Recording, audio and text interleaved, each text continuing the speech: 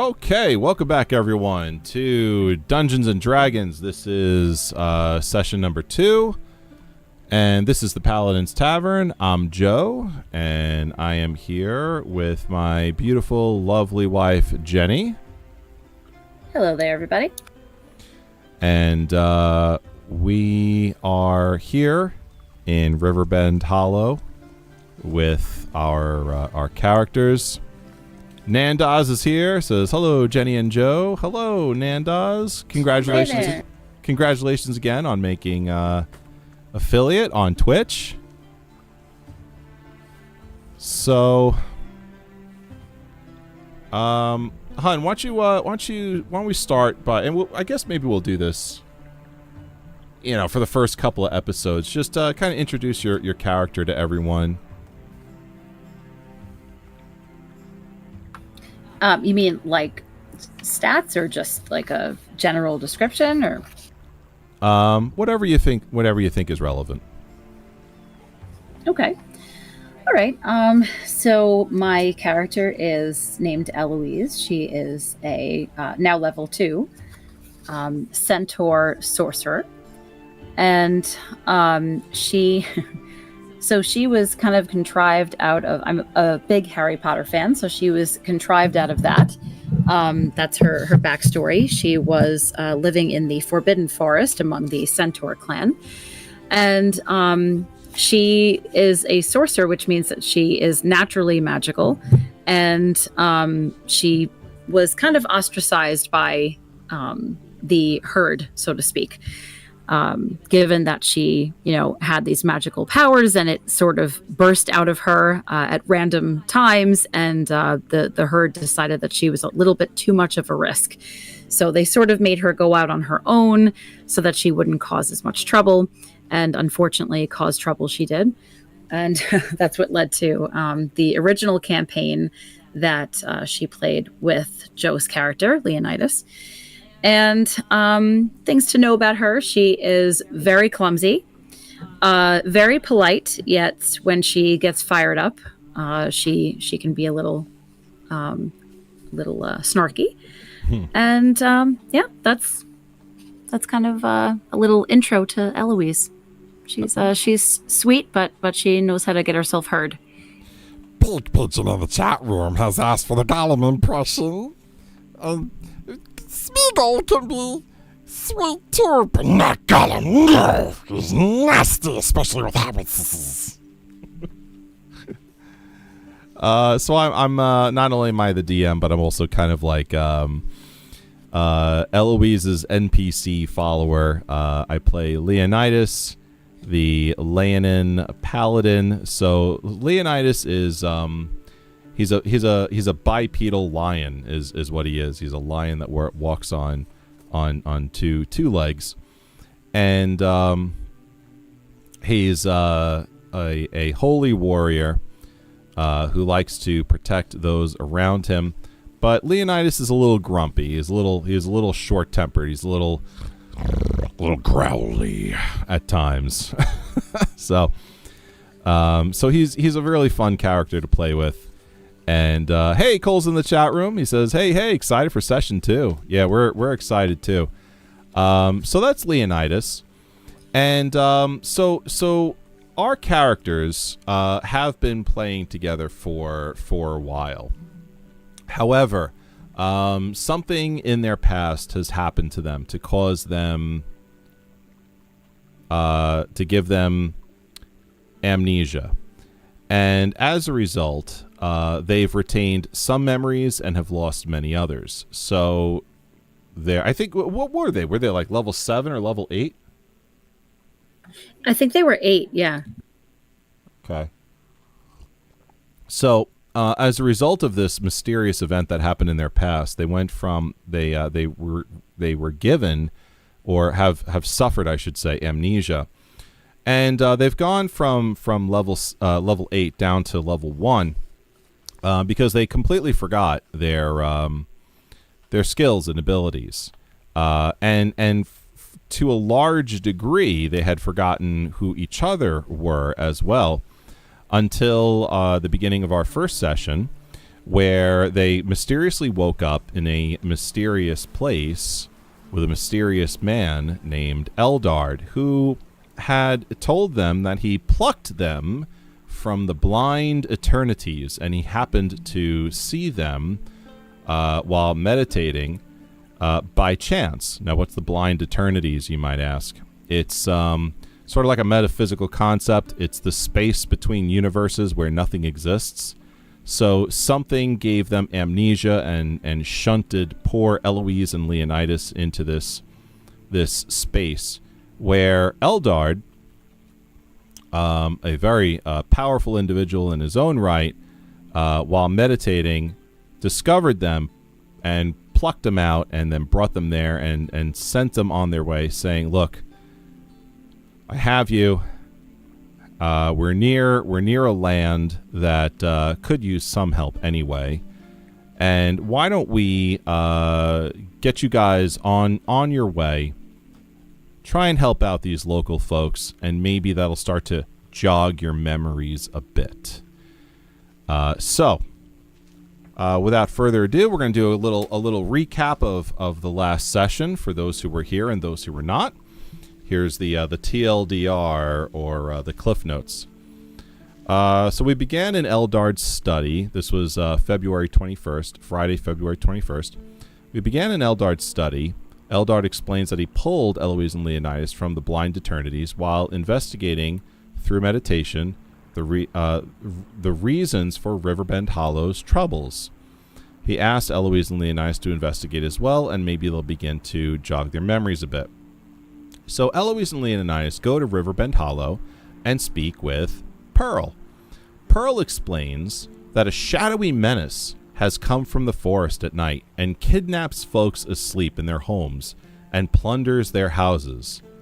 But they do leave behind a terrible stench. So Eloise and Leonidas, further investigating, found the Bailey farmstead and spoke with the mother, Mrs. Bailey, Mary, the youngest girl, and a teenage boy whom has remained unnamed. And then suddenly wasps began to fly out of the nearby forest, right where Mary was playing, and they began to attack her. This then began our first combat session, in which Eloise and Leonidas fought 2 wasps and succeeded. However, Eloise dealing a final blow to one of the wasps with Burning Hands. I believe the spell was Burning Hands, hon? Yeah. She accidentally lit on fire a couple of trees and then a small area of trees near the forest. So, as the nearby forest begins to become in danger of starting to burn, we begin our session tonight with what are we going to do with this impending disaster on Riverbend Hollow.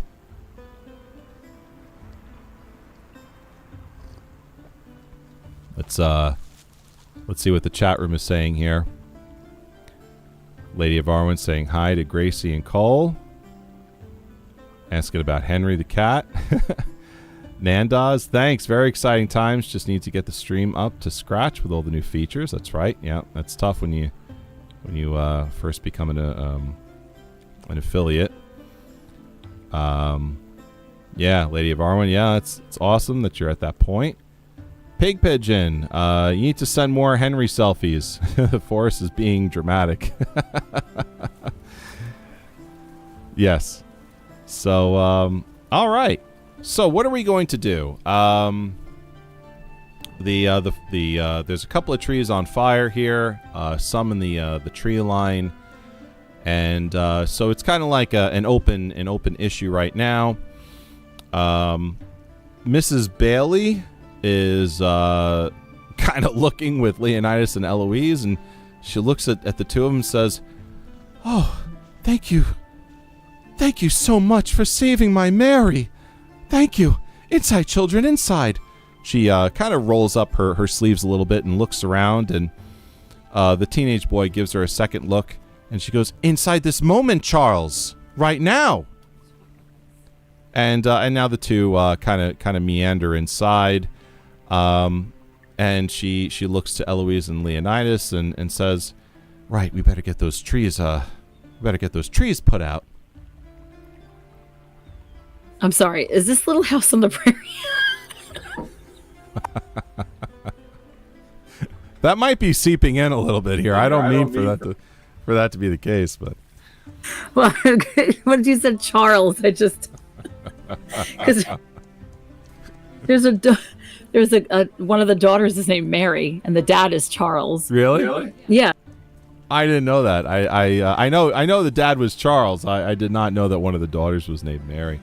Yeah, the oldest daughter is named Mary. I could have sworn you were going to come out with like Laura. Well, now we're doing it. Inside the house, Charles, this instant. All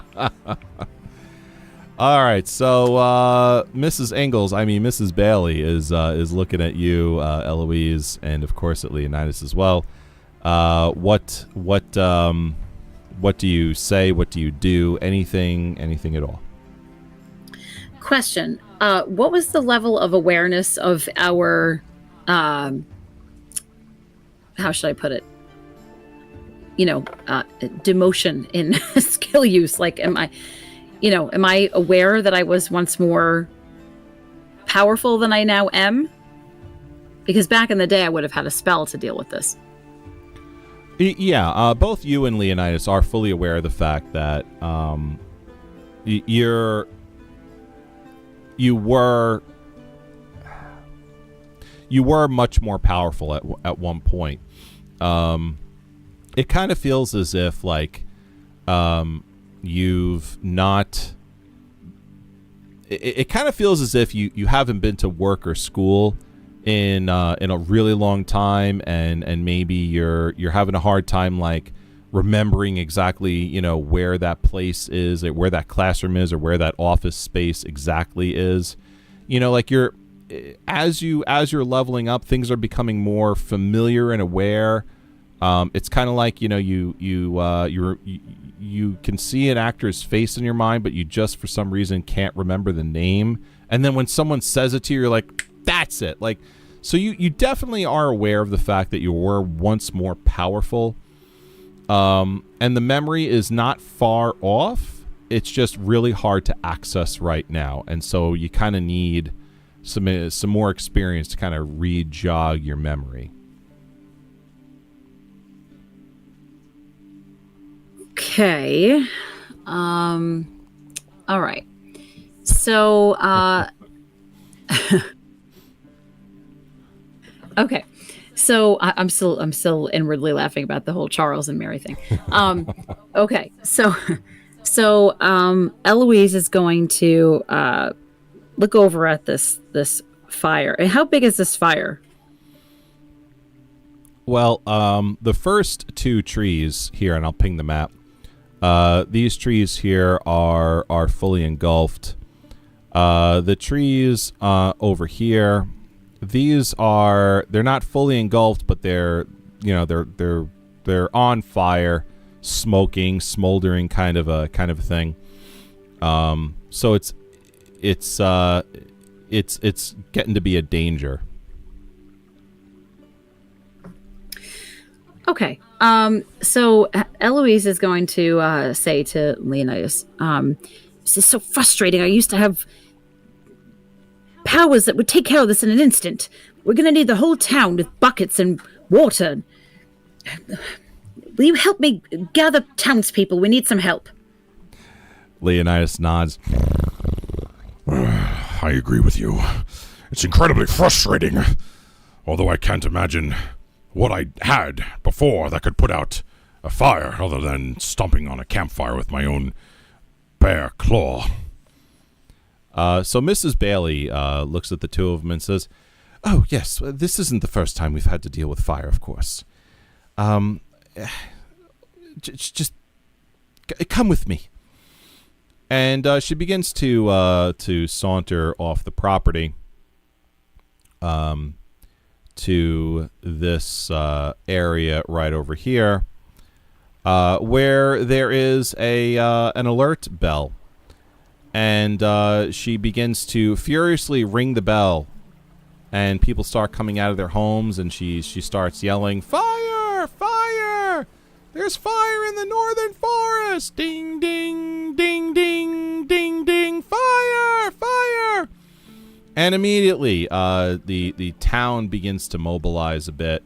There are men and women that come out and start making their way over to the river and start, filling buckets and pulling out all manners of medieval contraptions here.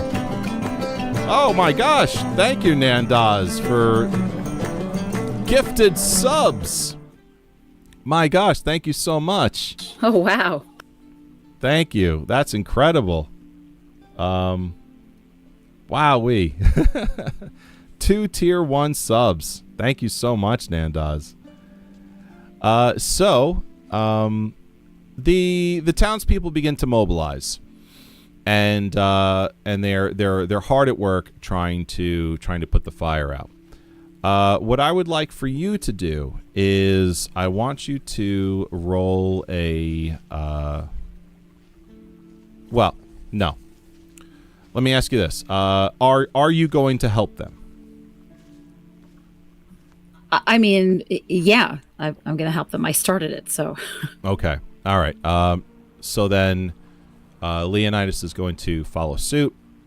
You start, townspeople form like a kind of like a chain, like a bucket line chain from the river over to the tree line over here.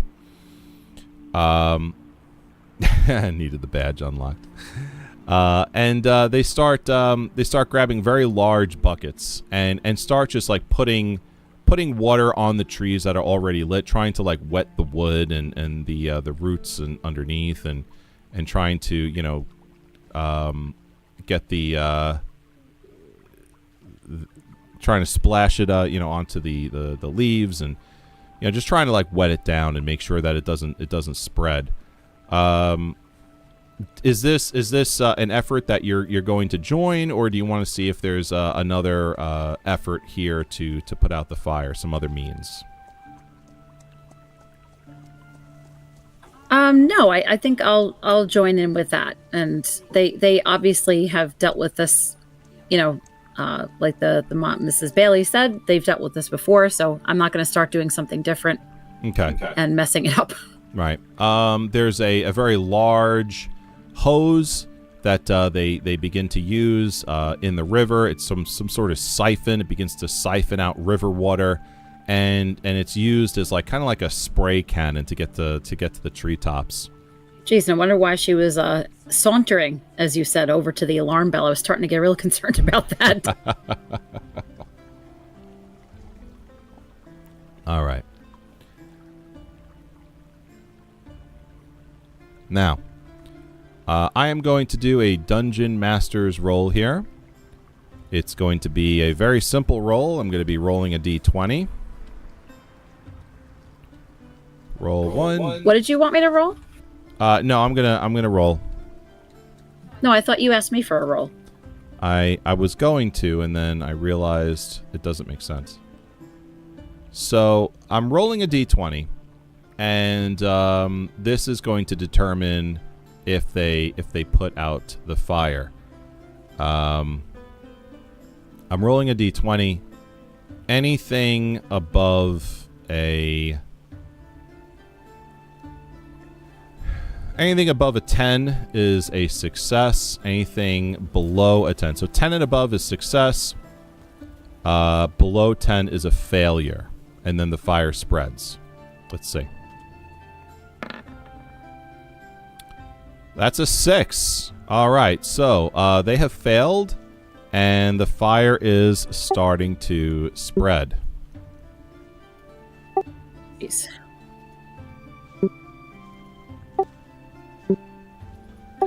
They have a hose. They do. And perhaps the hose did not get deployed fast enough. Okay, we're going to roll another d20. Same rules apply.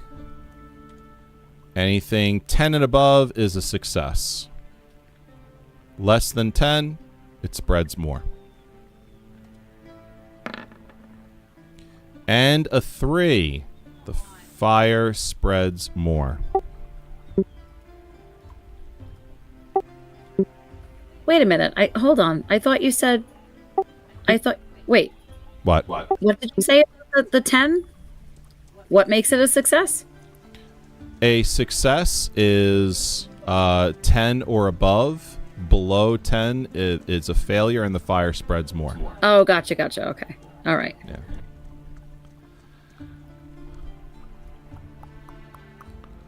Okay.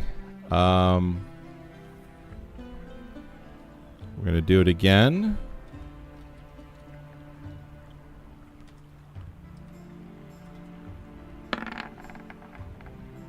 $15. All right. So these trees have been put out. And this area here has been put out. I guess we'll do this over here as well. Okay. However, this has not been, due to the fact that they failed twice before. This right side, the southern side here, is not fully out yet, so we're going to give them another chance.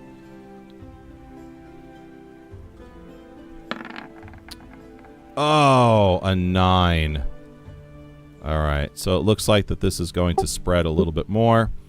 Let me stop here for a second, and let me ask you: is there anything at this point that you would like to do that's extra? Do you have any ideas?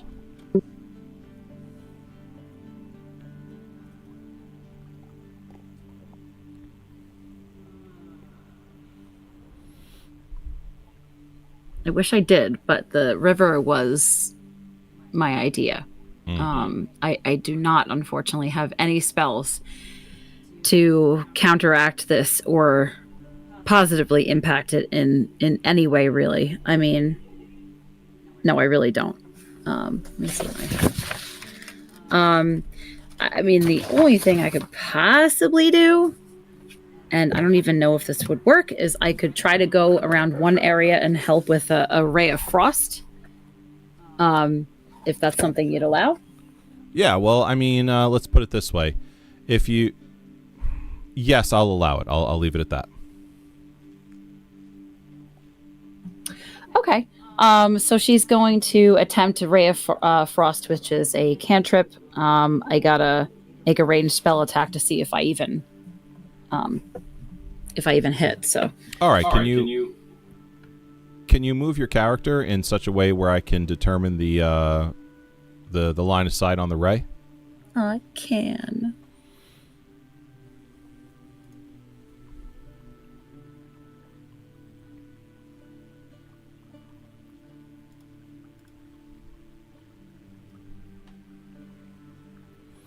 Now, is this ray of frost? Is this going to? It's not a cone effect spell, is it? Frigid beam of blue-white light streaks toward a creature within range. Make a ranged spell attack within. It takes 1d8 cold damage and speed is reduced. No cone. It's just like a literal blast of cold. What's the range?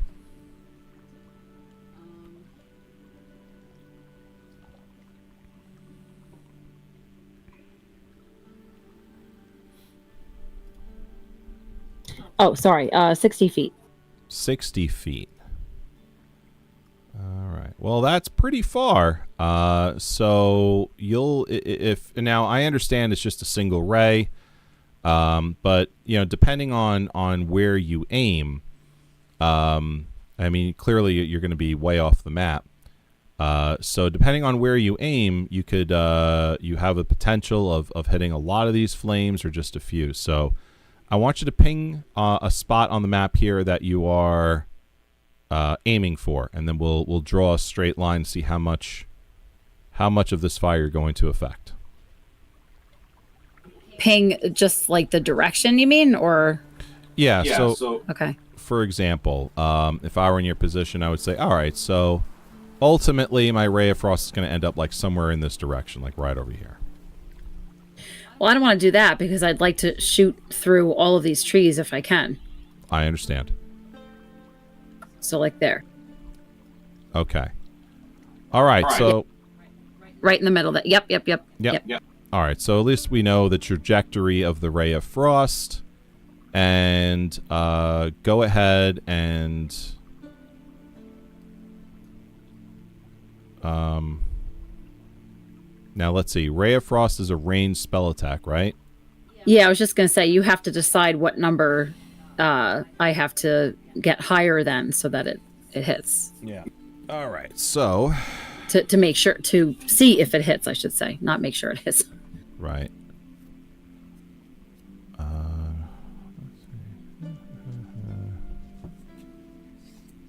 see.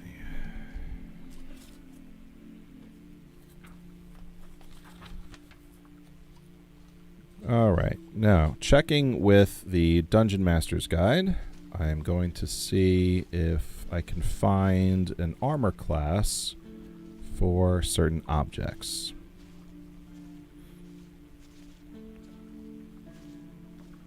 So I'm looking at the table of contents right now for that information.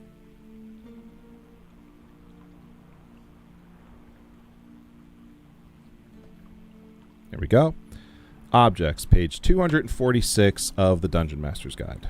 Let's see if we can get a roundabout armor class. Now, I don't think we're going to find an armor class here for a tree or a clump of trees, but maybe we'll find something for wood. Yeah, you'll definitely find wood. I think I've looked it up before. Yep, page 246. There's a table here. Object, armor class, wood, bone, AC, armor class 15. So you have to roll a 15 or above. And normally we wouldn't say this sort of thing, but because we're trying to figure this out together, we're thinking outside the box a little bit. Plus, we have a chat room that's very interested in what these rolls mean. I'm kind of telling everyone, we kind of have to game show host it a little bit, you know? Okay, Jennifer, will you hit a 15? Survey says. So, okay. So, roll your d20 and then add whatever is the modifier for it. I think in your case it's charisma, right? I just have my spell attack bonus, which is 4. So I'm just Okay. gonna use that. Yeah. Yeah, so spell attack bonus. Yeah, it's based off the charisma. So roll 1d20 plus 4.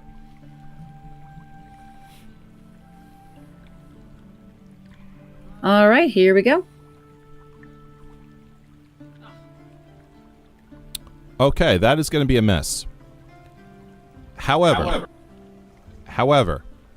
in this case, since we're not necessarily hitting a specific creature, you are just kind of shooting blindly into the forest here to kind of put out fire. What we're going to do is we're still going to count it as a hit, but with reduced damage. So what do I mean by that?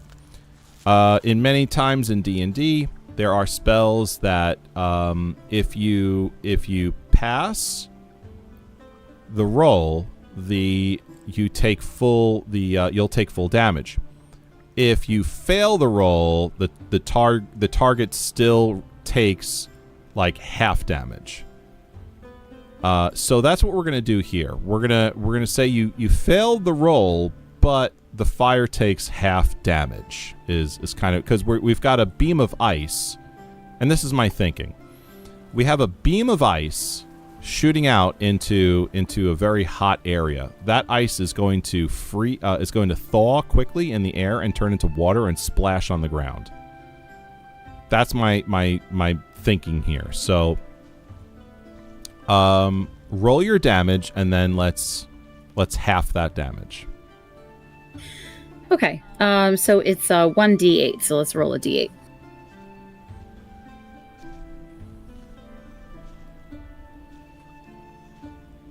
Oh, nice. 6. Not bad. All right, so that 6 is going to turn into a 3 due to the failure. Okay. So this is what happens. You shoot this beam of ice through the forest. And as the ice leaves your palms and goes hurtling through the trees, it begins to quickly melt and turn into water, and soon the ground in which this beam of ice was above has now become very moist and wet with the water that you with the ice water that you conjured, putting out some flames and starting to hamper other flames, creating a wet but flameless pathway here of tree. Okay. So I think something to the effect of this would be kind of what we're looking at. Can we do it again?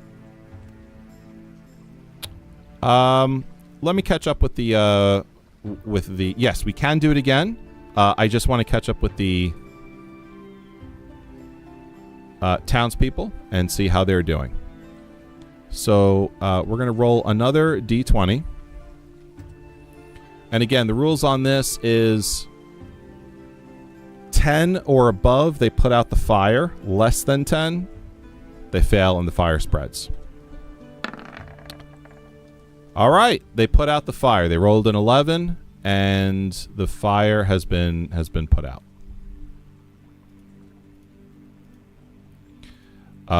Everyone starts cheering, recognizing that not only did their efforts obviously put the fire out, but Eloise's ice beam gave them the opportunity they needed to sort of quench the flames a little bit, and their efforts began to really. So your ice beam turned the tide here.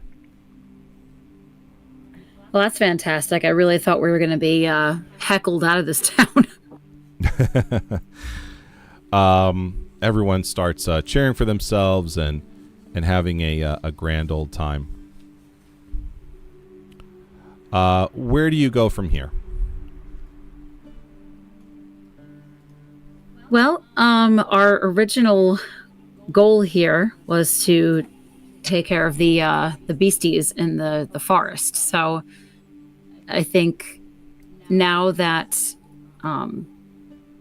Mrs. Bailey is, feeling a little more gracious toward us, I think we can maybe get some more information. Because I think she was very guarded last time, and she didn't really give us much. She kind of like ushered us out.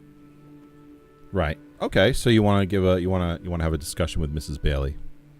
Yeah. Well, I want to get more information about these guys to figure out what they might be and how we can help defeat them. Okay, sounds good. Just give me a second here. I'm making a note.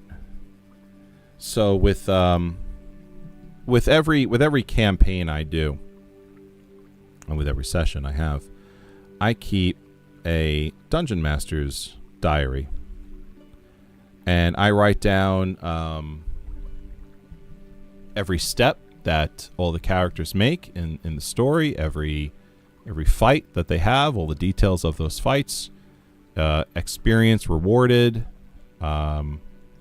items awarded, that kind of stuff. So just give me a moment here to catch up. Great idea with that ice beam. Thanks.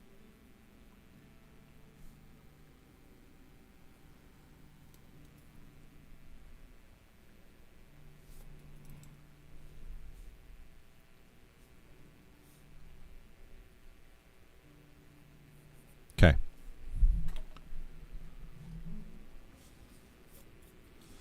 All right, so next part is you want to talk to Mrs. Bailey.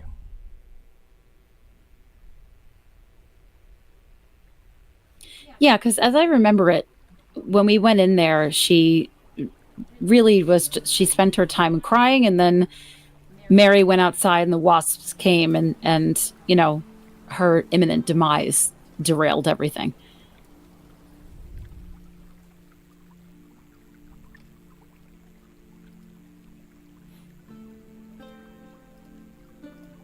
All right.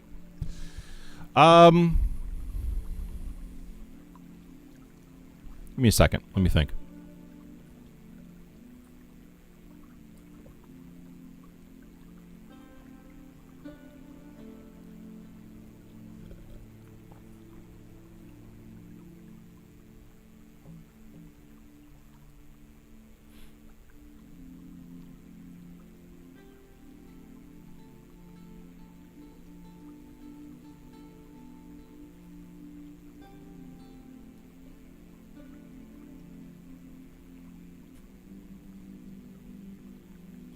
Okay. Mrs. Bailey, as well as many other townsfolk, are surrounding you.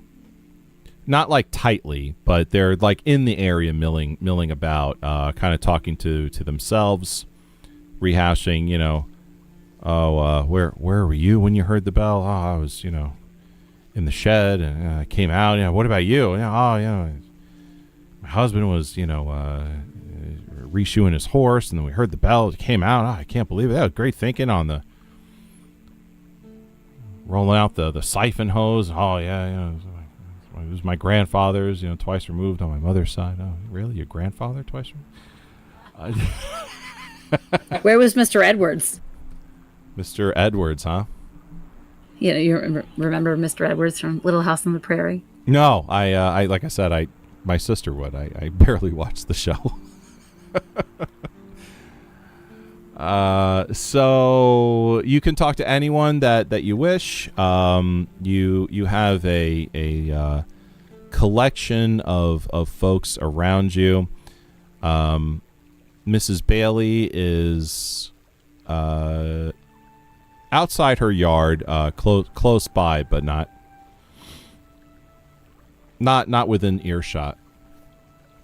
All right, so all these people are around me, like where I could sort of, like announce myself and get a bunch of their attention. Yeah, for sure. Okay. All right. So, Eloise is going to take a deep breath and say, "All right," and she's going to loudly say, "Excuse me, everyone. I'd like your attention, please." They start to. So some people immediately around you begin to quiet down a little bit, but there are more that are not paying attention at all. Eloise is going to look to Leonidas and say, "Can you help, please, get their attention?"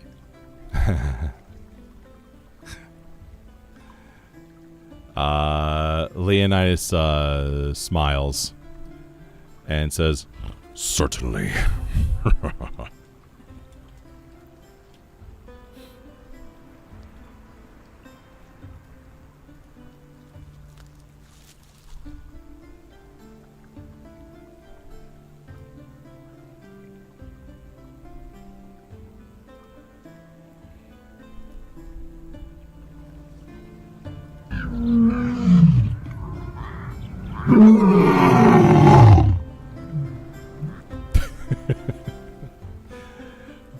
Leonidas lets out a lion roar, and everyone stops dead in their tracks and looks around frantically after hearing the lion roar.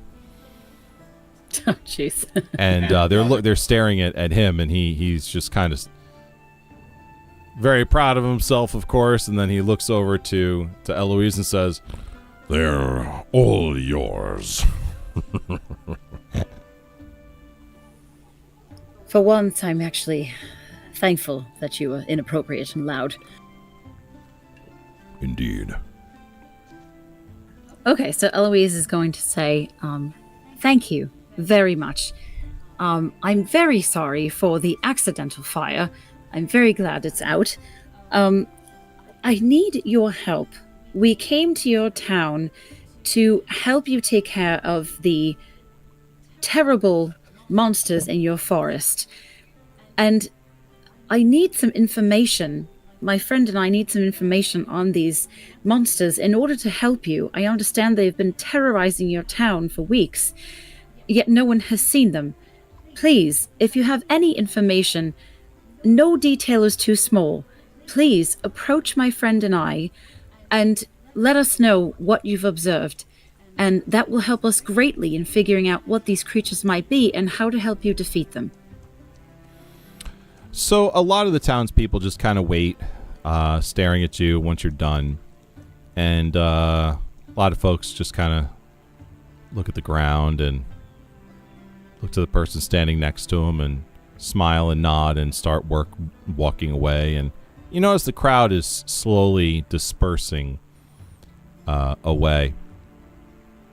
And then one man comes up to you, and he's an older gentleman,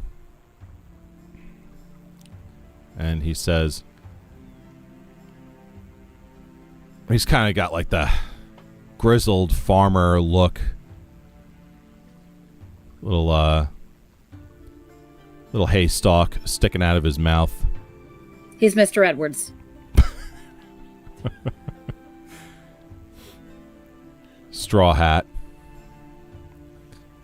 He says, well,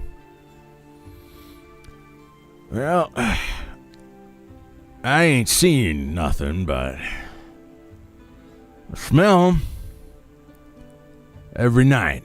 Smell 'em coming out them trees right over there. Ones you nearly burned down. I'll tell you something else. They're getting restless and cocky. They're starting to think something of themselves, coming in here unchallenged.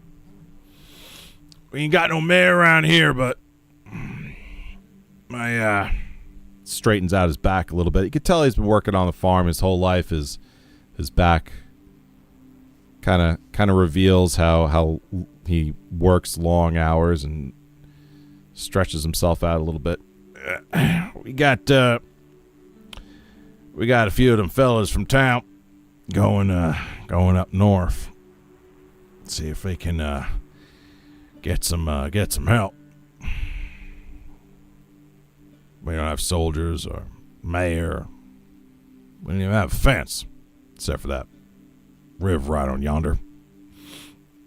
But I reckon we could use some help. And seems like you two might be the help we need. Now, about 2 nights ago, I was sitting on my porch. Right over there.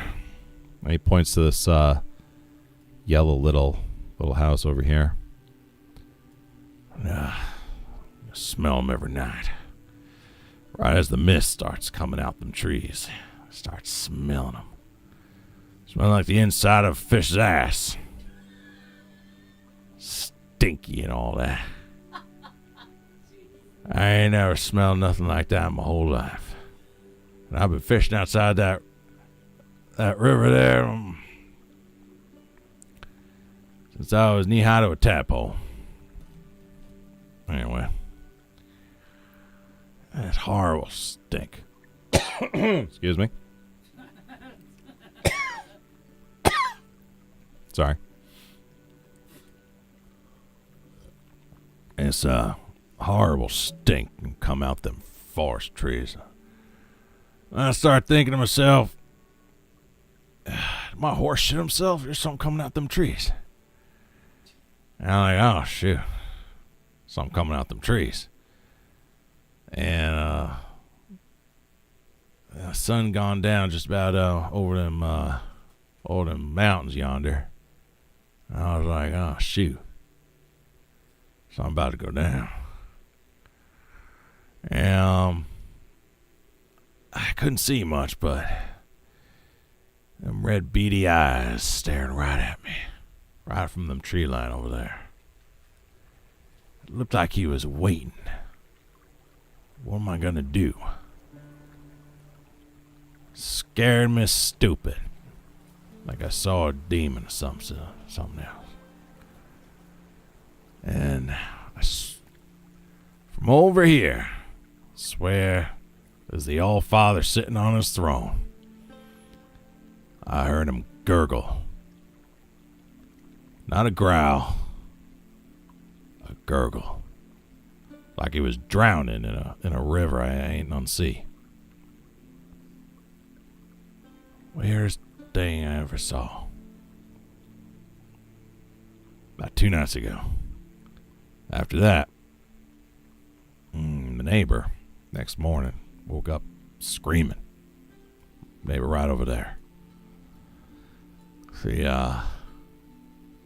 found her horse eaten up. Still laying right there on the ground. Eaten up by some damn thing. Sharp teeth. Yeah. Right there. So, I don't know, I don't know about you, but there are a lot of them. I ain't human. No human man could come out them trees like that. Grab a horse. Break its neck and start chewing on it. That's what it did.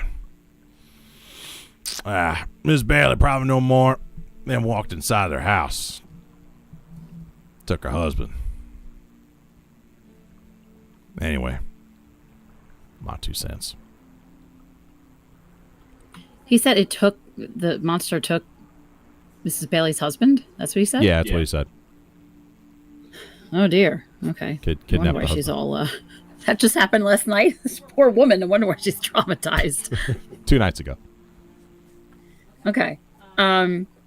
So Eloise has been listening raptly, very intently, taking mental notes on everything he was saying. And, I'd like to ask right here and now, can I run some sort of check to see if I recognize the features that he's been naming?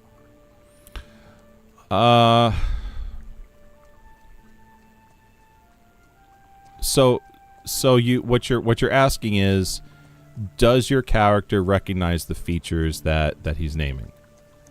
Yeah, so I wrote it, I was taking notes. So he said, well, we know they're smelly, but smelly, red beady eyes, they gurgle, and they they're strong enough to break something's neck, a horse's neck, and they have sharp teeth.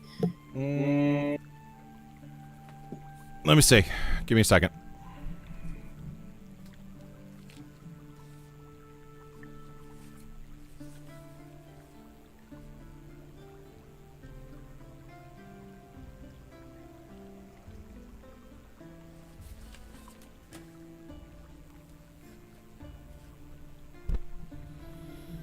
Okay.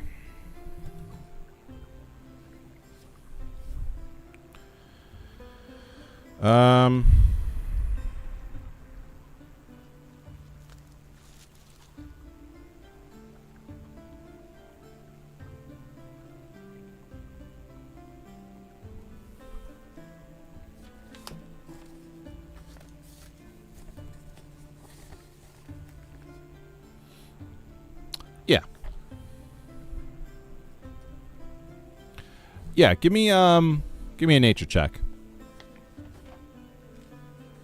Cool.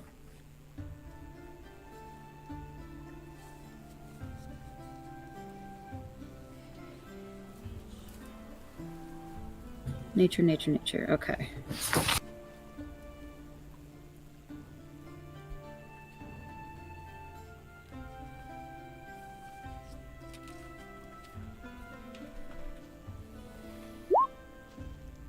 Ah, 7. Yeah. Unfortunately, the amnesia is kind of kicking in a little bit, and you are aware of some races of beast that he might be talking about. It sounds like Legolas, what do your elf eyes see? The Uruks turn northeast! They're taking the hobbits to Isengard! Nandaz for the Isengard redeem.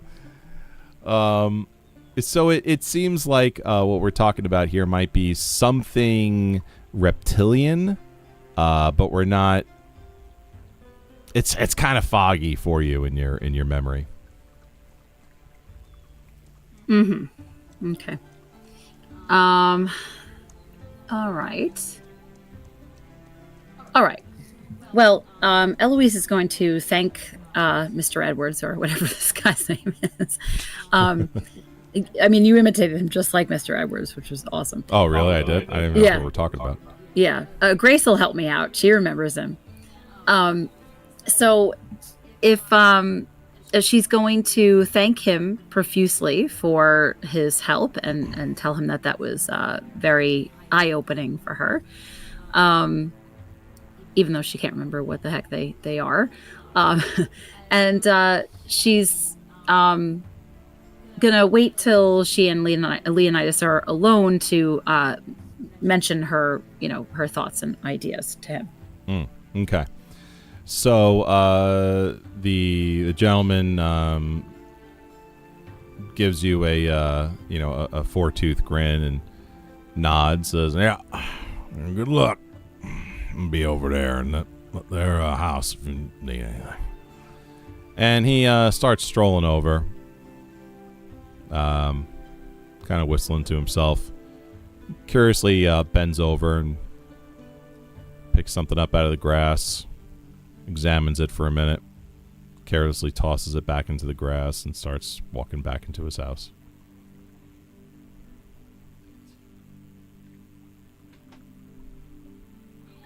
Okay. Are Leonidas and Eloise alone now? Yeah. Okay, so she's going to lean over to him and say, all right. Well, I seem to remember somewhere in the doldrums of my, warped mind right now that there's something. I used to know what these things were called and what their weaknesses were, but I can't remember it now.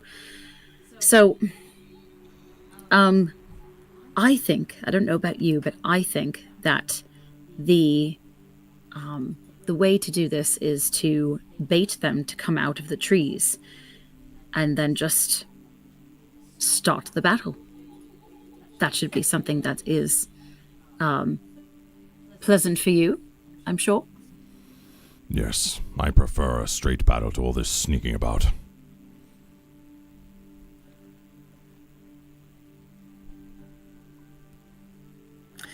All right. Well, we know for a fact that they at least eat horse. So, I have two ideas. Either we get one of the neighbors to allow us to use their horse, or, and she sort of gestures at herself. Or you think you may entice them with coming on out and chewing on your rump. Well, I'm wondering if perhaps if I lay on the grass in a certain way, I might look like a horse, hide my upper half. You never know. It's not a bad idea, considering the fact that half of you looks exactly like a horse. Yes. Thank you for catching on, Leonidas. Very sharp. Like a Very sharp. giant horse. A large, girthy equine. Are you done? Are you finished? The more I stare, the more I have to offer. All right. Perhaps you should stop staring, then. I can't. It's like staring at a... It's like staring at a what? I can't. It's like staring at a train hitting a bus full of kids.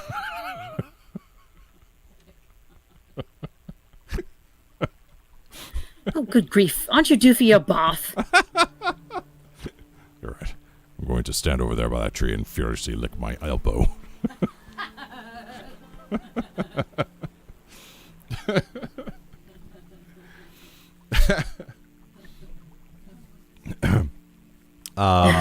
At this point, Mrs. Bailey comes back out, and she walks over to you, and she says, the chat room's laughing. She comes back over and says, I just want to thank you for helping us take care of that fire. It was really quite heroic of both of you, saving my little girl with those wasps and then staying for the fire. What was it again that you wanted to ask me?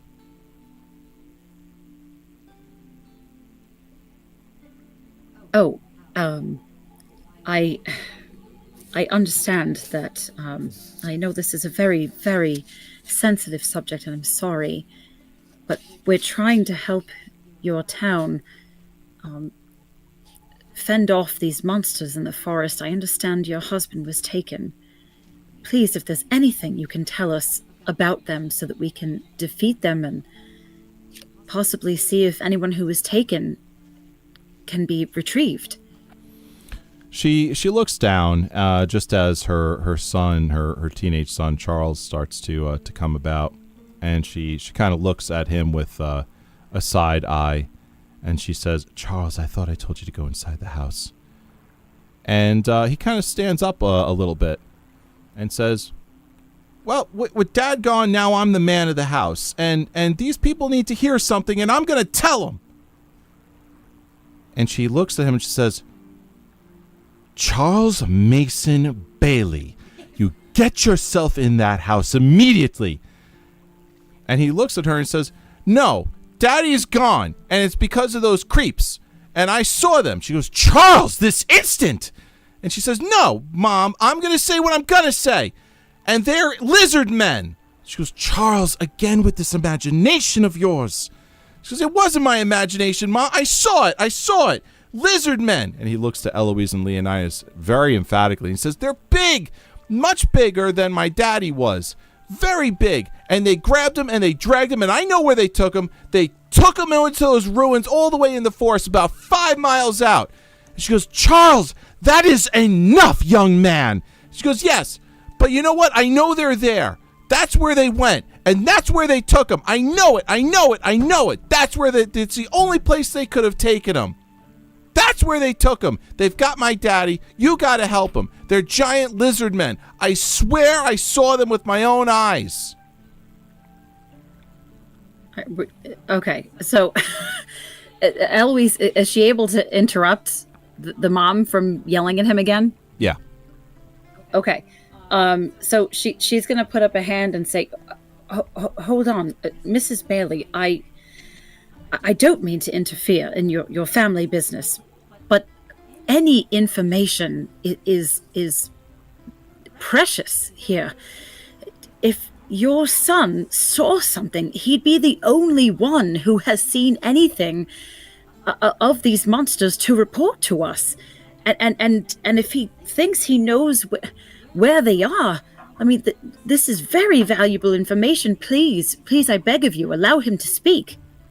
So Mrs. Bailey just kind of shrugs shrugs a little bit and says, "My son Charles is given to flights of fancy, and I don't know how he could have seen anything. He was asleep." And Charles again kind of gets a little fire lit under his behind and says, "No, I wasn't asleep. Actually, I was in the yard." And her mother looks at him and says, "Charles, you were in the yard after I told you to go to sleep?" He says, "Yes, I was, because I smelled something and I was scared and I wanted to find it myself. So I got up, I snuck out the window, and I took Daddy's axe. And I was going to knock that thing in two if I saw it. And then I saw it dragging Daddy out from the side of the house, and he was asleep, and they had him in his arms. And I didn't know what to do, and I was just so scared. And I took the axe and I threw it down. I ran back inside the house, and I'm so sorry, Mama." And then, so Charles kind of collapses into Mrs. Bailey's arms, and he starts screaming that it was all his fault, that he wasn't brave enough to save Daddy, he wasn't strong enough to save Daddy, and she's just trying to, comfort him and shush him, and she looks at you with tears in her eyes, and says, "Please, if there's anything that you can do, it would be greatly appreciated." So Eloise is going to look at Charles very tenderly and say, when he's able to speak calmly again, I'd like him to write down for us or tell us again about these ruins and exactly what these lizard people looked like, so that we have an idea of the direction to go. So he overhears and kind of straightens himself up a little bit and wipes his tears, and he forces out, they're giant lizard men. They look like something that they look like a cross between a fish and I don't know what else. And they came out of the forest. But you see, I used to get in trouble all the time for going in that forest, because a long time ago there was a bad man in there, and he had his own place, his own castle. This was a long time ago, and people are afraid of it ever since. I'm not afraid, so I went in there to go take a look myself, and I found it. It's 5 miles in. I know it. I saw it myself. It's all true. People are afraid to go in there, but I wasn't. I went in there and I found it myself. And it's deep in there. You just got to follow the path straight through. And sometimes it doesn't look like there's a path, but the path is there. You just got to look. Make sure you're walking where the trees aren't. That's how you know you're on the path.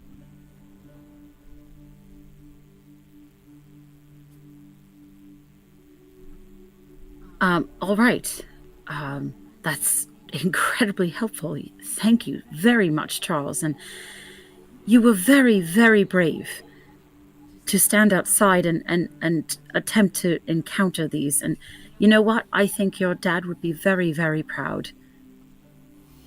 Leonidas takes a knee to the young boy and says, "I'm going to find these lizard men, and I'm going to grab them with my claw by the throat." And the boy starts to smile and nod and goes, "Yeah." And he goes, "And then I'm going to slowly apply pressure to their trachea until their eyeballs pop out of their skull." And the boy goes, "Yeah, ew, gross."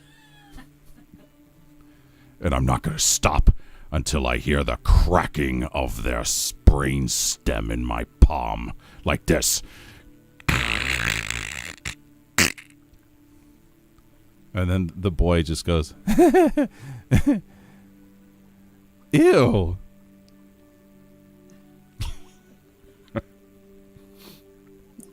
Eloise will look at Mrs. Bailey and say, "Boys will be boys, I suppose."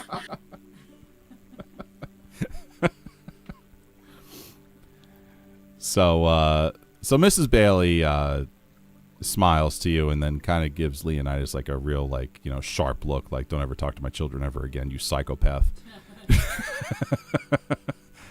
And brings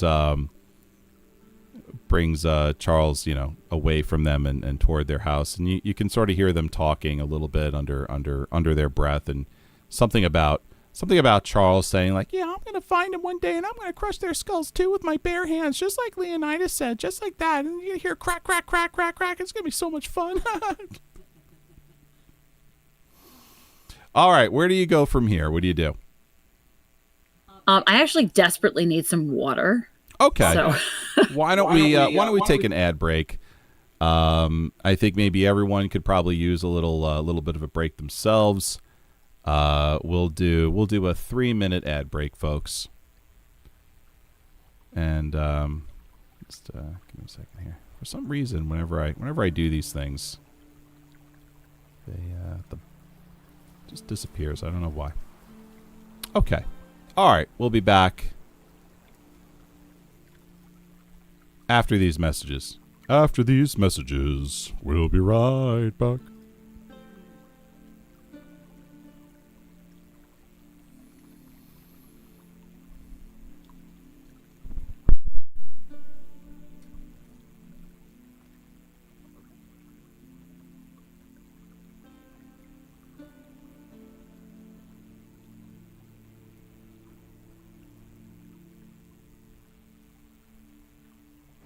It's true you don't see many dwarf women. And in fact, they are so alike in voice and appearance that they're often mistaken for dwarf men. It's the beards. And this in turn has given rise to the belief that there are no dwarf women. And that dwarfs just spring out of holes in the ground. Which is, of course, ridiculous.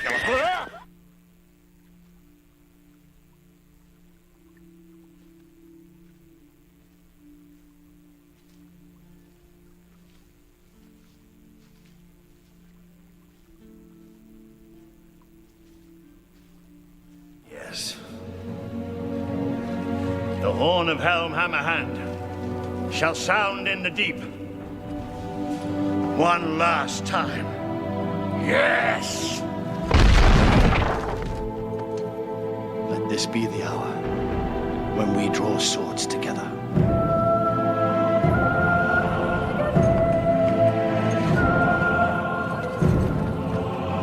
Fell deeds awake. Now for wrath, now for ruin, and the Red Dawn!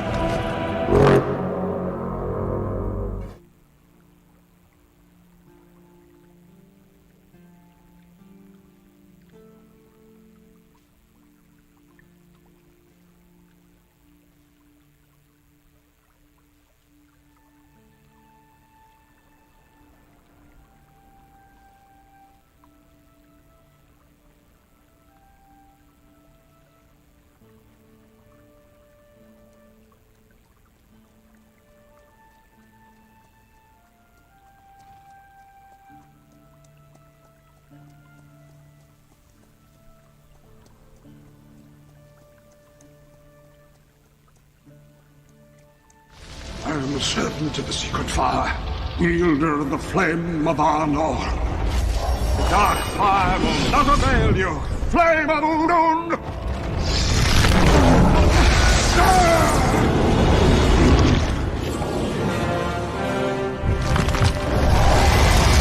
Go back to the shadow.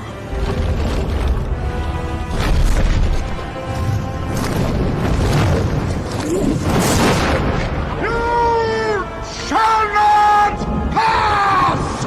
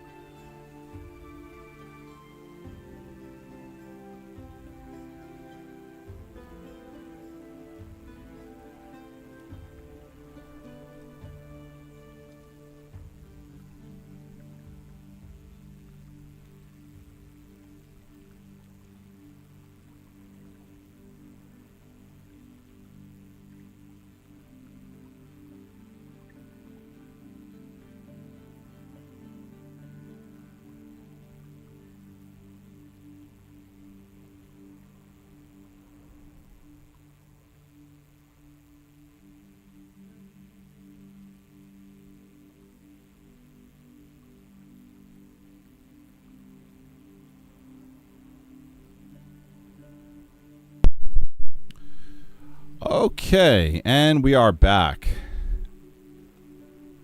Nice to see.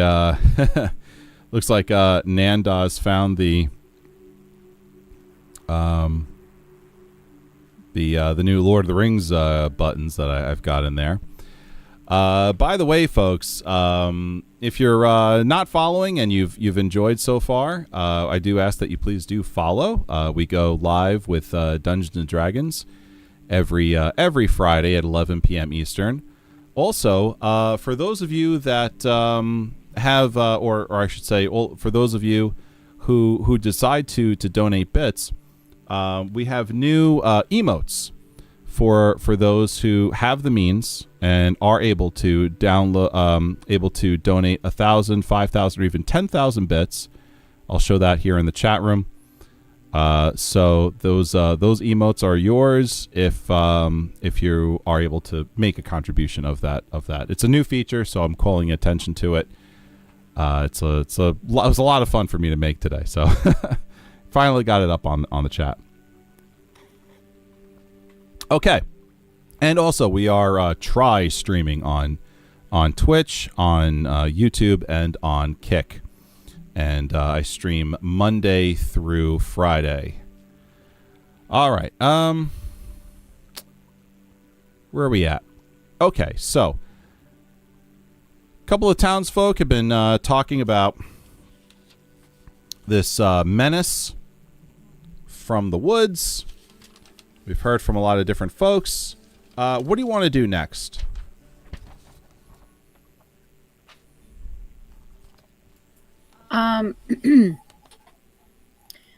Well, I think we were going to. What time of day is it? It's about midday, mid-afternoon, roughly around 2-3 o'clock. Okay, and the sun's gonna go down when?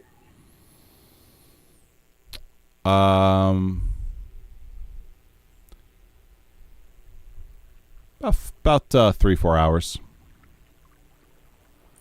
Okay. So Eloise is going to suggest to Leonidas that they rent a rooms at the inn and kind of get themselves settled, maybe have a meal, and rest a little bit before they set up this bait for tonight. Yeah, Leonidas nods and adds, It's a good idea. Also, I'm hungry.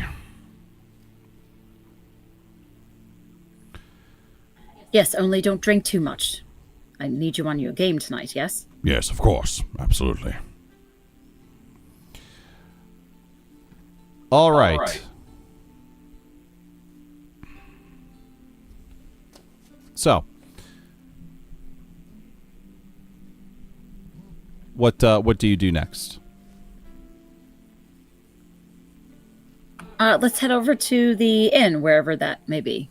I know. I think it was Pearl that said there was one in the town, right? Yeah. Yeah, she did say that. Okay. Just give me a second here to pull up something for you.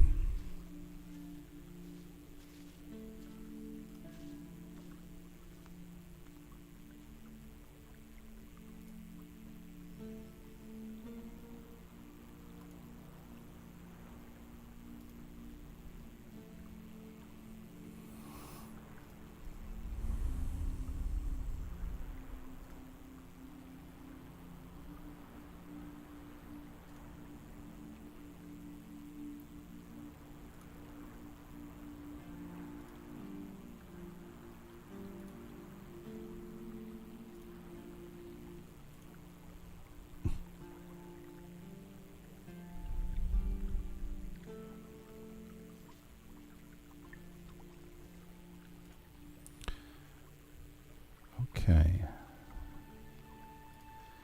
So I have a document that I'm going to send you.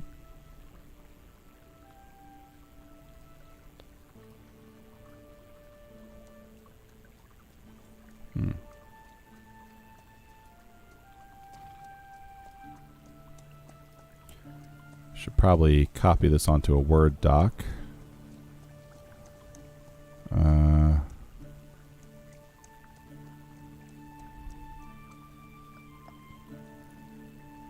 Then I'll send it to you. I guess I'll put it in Discord for you. What in the world?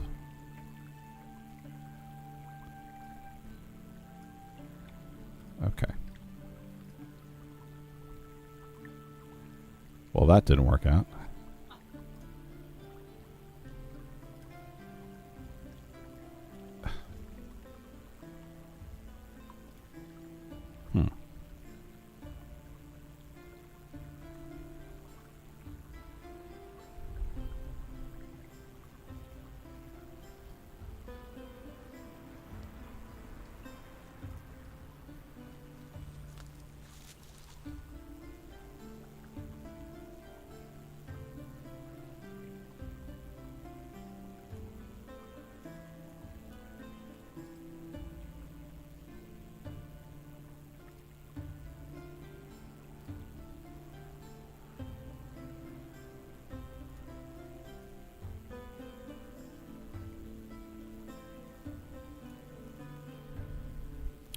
All right. Well, this isn't working out for me, so we're going to move along. And I'll just have to explain things as I go. Not a big deal. Anyway. Okay, so you are looking for the local tavern, right? Okay. Roll investigation for me.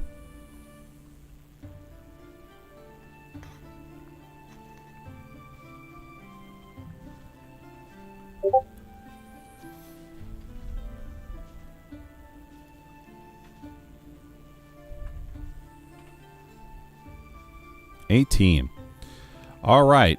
You figure out that very quickly that all you had to do was just kind of get onto the road here. And just down the road, you see that the tavern occupies the middle of the town. And that's where it is. So you're able to find it real quick. Great. Okay, so let's head there. All right. Wasn't prepared for this, so just give me 1 second here. I'll have a solution for you in just a minute. Working on it right now.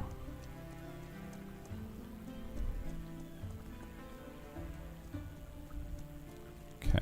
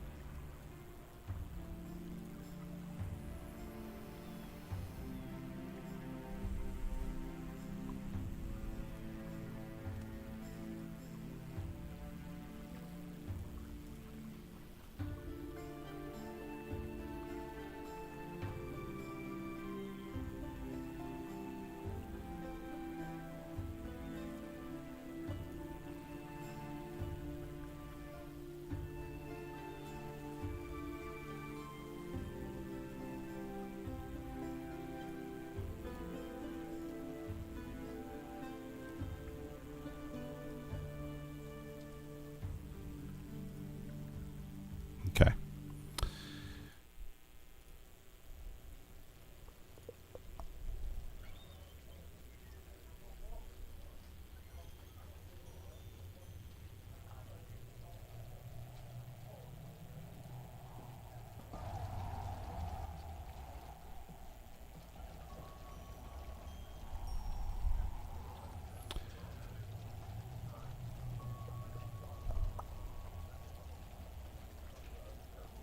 All right. Did your screen refresh? Yep. Great. I'm trying to figure out why mine hasn't over here.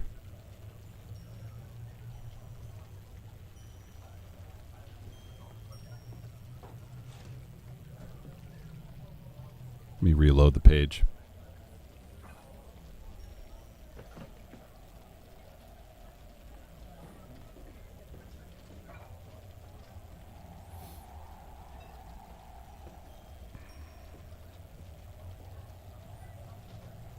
All right, there we go.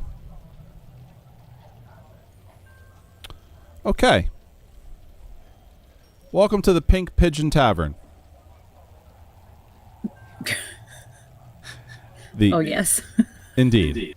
The Pink Pigeon is owned by a married woman and her granddaughter, both of whom are members of a race that is common in the area. Both of the owners are law-abiding citizens with no hidden secrets or notable personality quirks. Before owning the tavern, one of the owners pored over tomes at the library while the other gambled compulsively and won the deed to the tavern in a bet. The inspiration for the tavern's name was the owner's nickname. In a tavern of squalid quality, and its main draw is their selection of wines imported from several faraway places. The bartender at the Pink Pigeon is a weathered male halfling who is pretty attractive. He's often noticeably quiet in disposition, his skin is bronzed, and he has light hair kept in a top knot style. Physically, he is noticeably meaty. On a typical night, the clientele at the Pink Pigeon can be described as awfully unfriendly. On this occasion, there is one other person currently in the tavern. They're drinking alone to drown away their troubles. There are no rooms for rent at the Pink Pigeon. What?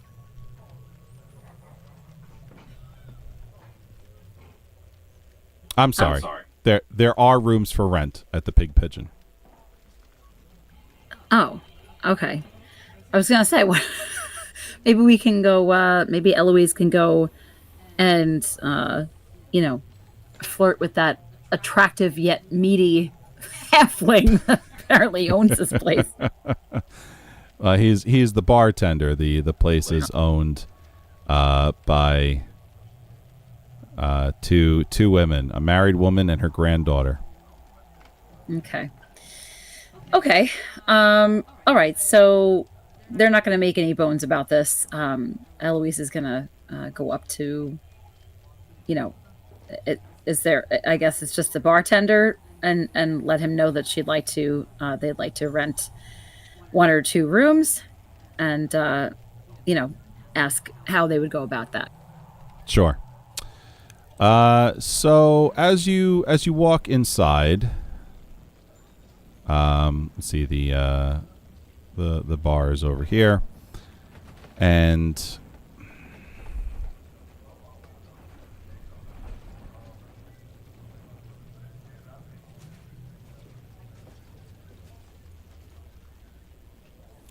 as you walk inside, the bartender looks at you, and she's an older lady,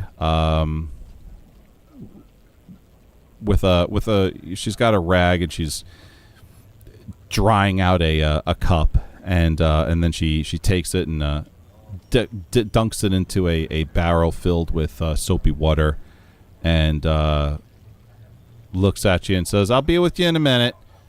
And she kind of dunks the cup back in there again, pulls it out, fiercely rubs like a stain or two off of the mug, and then walks over to you and puts it on the counter and says, "All right, what'll it be?"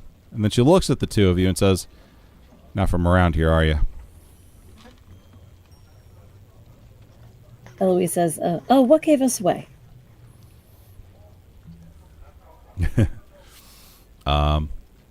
Leonidas says, No, we're not from anywhere near here. Did you have a question that I didn't hear?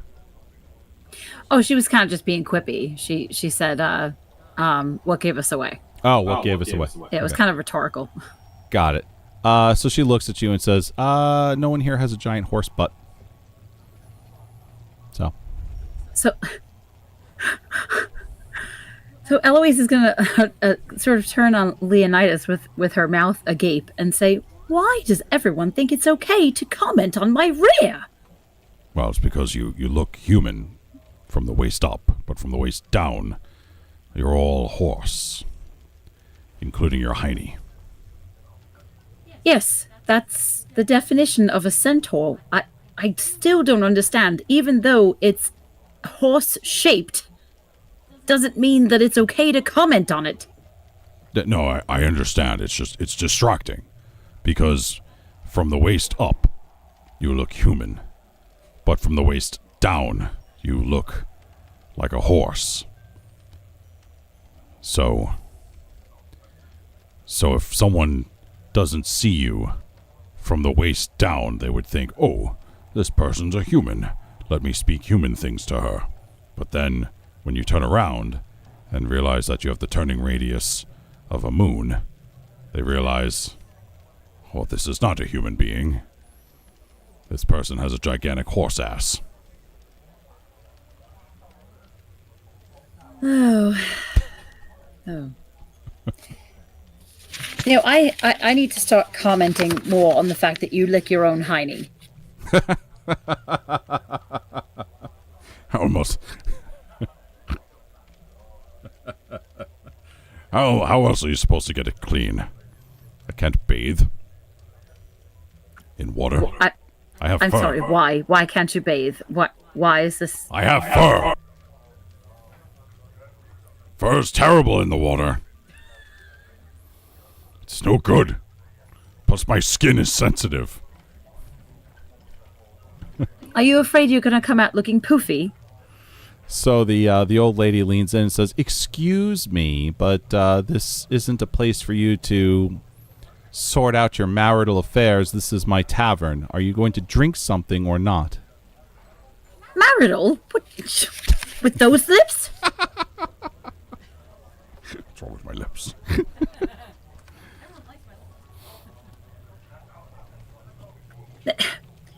Pardon me, miss, but if you hadn't commented on my rear end, we wouldn't be here.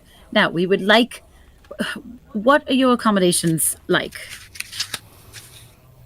So she turns around and grabs a menu and blows dust off of it and puts it on the bar top and then turns her back to you and goes back to washing another cup in the same soapy water barrel. Yes, thank you. I meant the rooms to stay in.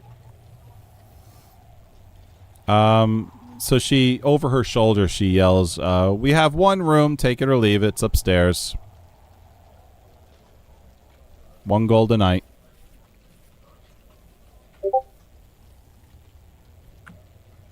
Is there only one bed? She stops and thinks. She goes, "Yeah. Yeah." Oh, good grief. All right. So Leonidas looks at Eloise and says, What difference does it make? You sleep standing up anyway.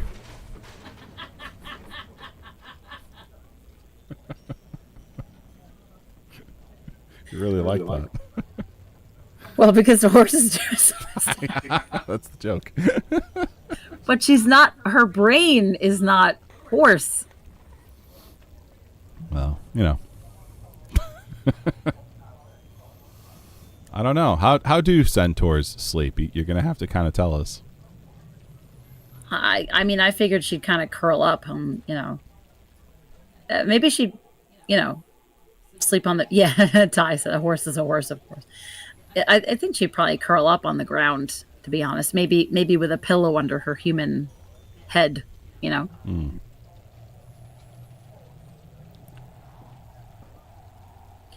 All right, so Eloise will say, "All right, we'll take that, please." So I just messaged you on Discord the pink pigeons menu. It's on Discord. I messaged you personally. Yeah, so it's just a. You're really overestimating my ability to use Discord. But I don't know why. There's like 8 different ways to get a message on here. Should be all the way at the top there. Oh, I found it. Yeah, there you go. It's not that bad.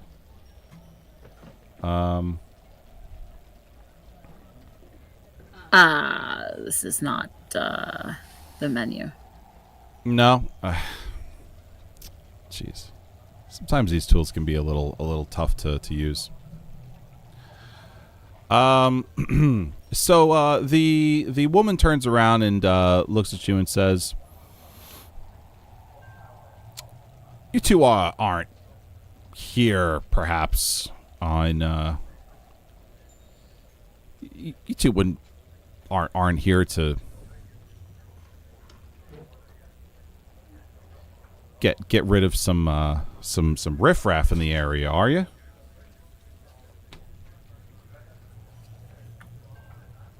Why do you ask? Well, it's just that I've been having a tough time of it lately, and you're armed, or at least he is, and so I thought maybe you had made your way over here to get rid of some riffraff.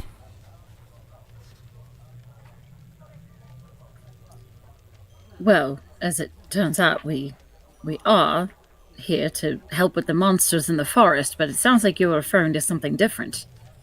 Oh, she says. Oh, that. Yeah, the monsters in the forest. No, that would qualify as riffraff. No, you're right. That is true. Yeah, I know. Yeah, I was talking about something a little bit different, but if you guys are busy, then don't worry about me. Well, why don't you tell us, and perhaps we can fit it in. So she kind of shrugs as she's drying some dishes, and she says,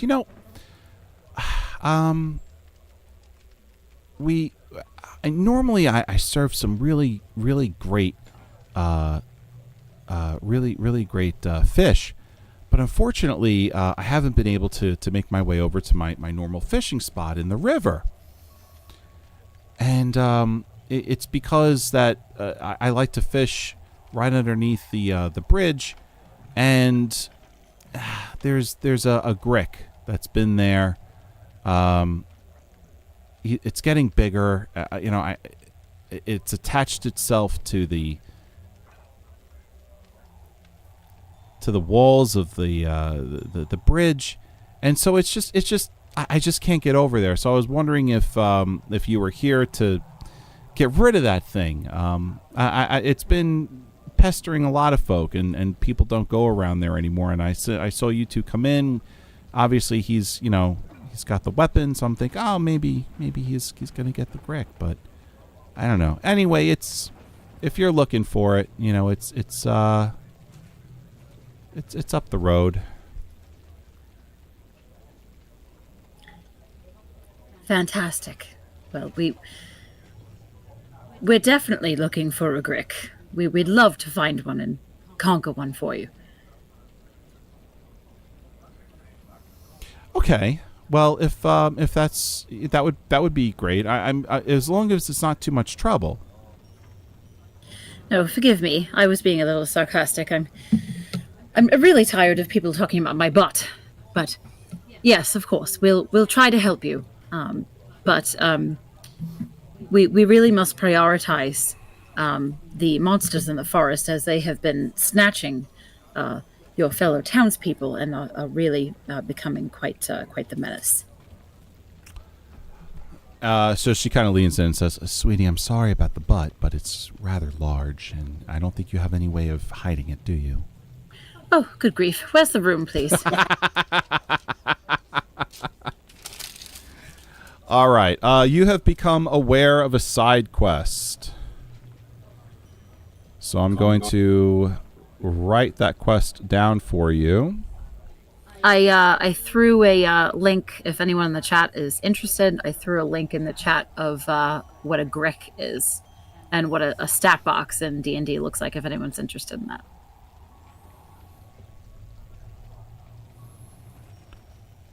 All right, so the owner of the... What the heck is this stupid thing called? The Pink Pigeon Tavern.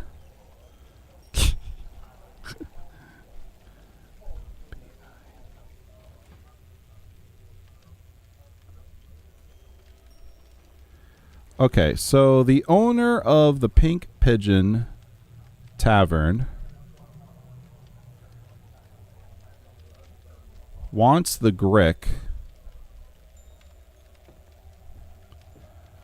under the stone bridge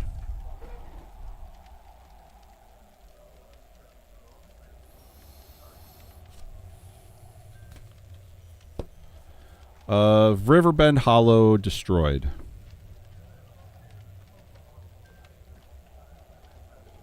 What'd you say?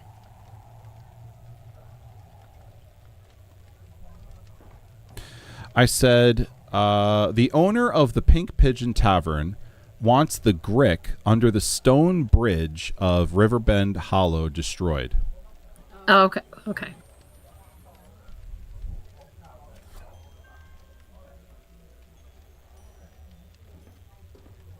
So that's the side quest.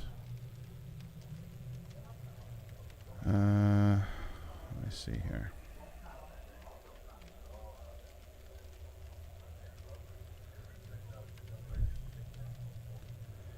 That's going to be worth 225 experience. Since you already looked at the stat block, I'll tell you. Oh, I didn't look at the stat block at all. Great. Well, now you know that. I wasn't listening, so I wasn't listening to that particular sentence that you were saying, so I missed it entirely. I only put Not listening. I wanted to yeah, exactly. I wanted to show the chat in case they were interested in what a Grick looks like and what a stat block looks like, but I did not examine the stat block. Okay. So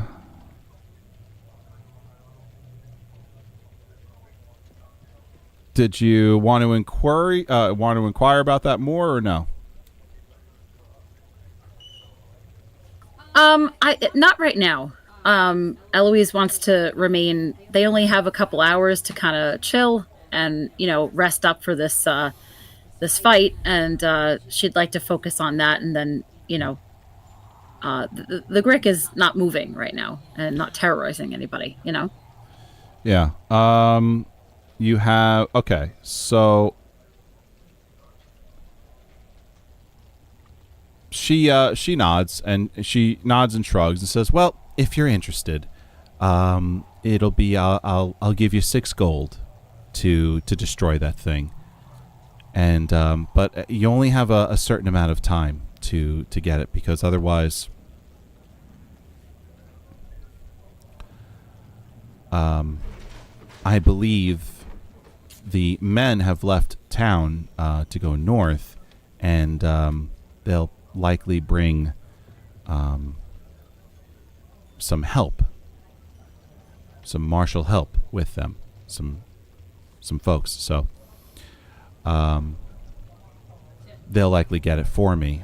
So I'm willing to pay you 6 gold. I'm going to lose. Yeah, 6 gold's a lot. I'm sorry. I'm still trying to get my handle on this world a little bit. Honey, I'm sorry to interrupt, but Samantha's crying. Oh, okay. All right then. What time is it? Okay. It's going to be 6 silver pieces. You got 4 days to do it. All right. So that's the side quest, and you go ahead, and I'll close out. That should be it's 10 to 1. So yeah. All right. All right. Good night, everybody. I got baby duty. Yeah. All right.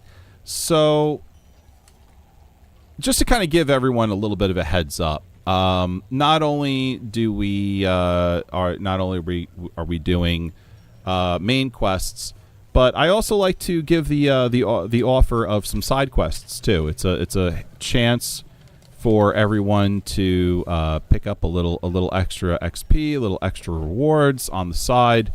They're totally optional, as was really anything else is optional in this game. But if Jenny wants to advance the story, the main story, then of course the quest that we're doing is not going to be optional. But all these side quests are definitely optional.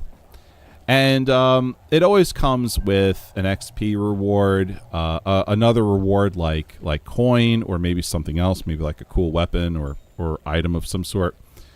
And there's always a time in which to do the quest. And if they don't do the side quest in a certain amount of time, then it expires. Or in some cases, there might actually be a negative penalty. Which can take the form of many different things, depending on what the circumstances are. So, that's going to be it for this week. I really appreciate everyone jumping in and saying hi to us. Ty and Nandaz, of course, Cole and Grace. And I hope everyone had fun. I know we certainly did. We always have a great time doing this. And hope to see you again next week when we play some more D&D, and maybe we'll get this Grick. Maybe we'll head into the forest and start investigating these lizard men.